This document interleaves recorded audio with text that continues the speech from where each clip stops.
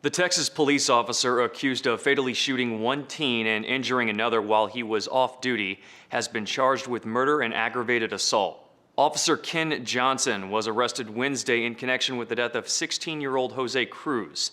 He was reportedly shot Sunday at a gas station in Addison, a town north of Dallas.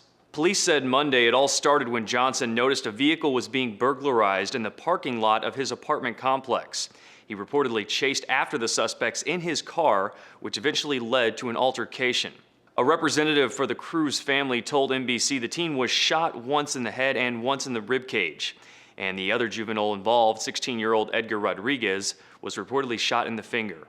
Addison Police Chief Paul Spencer said in a statement Wednesday night, "Based on our investigation thus far, we had probable cause to make an arrest.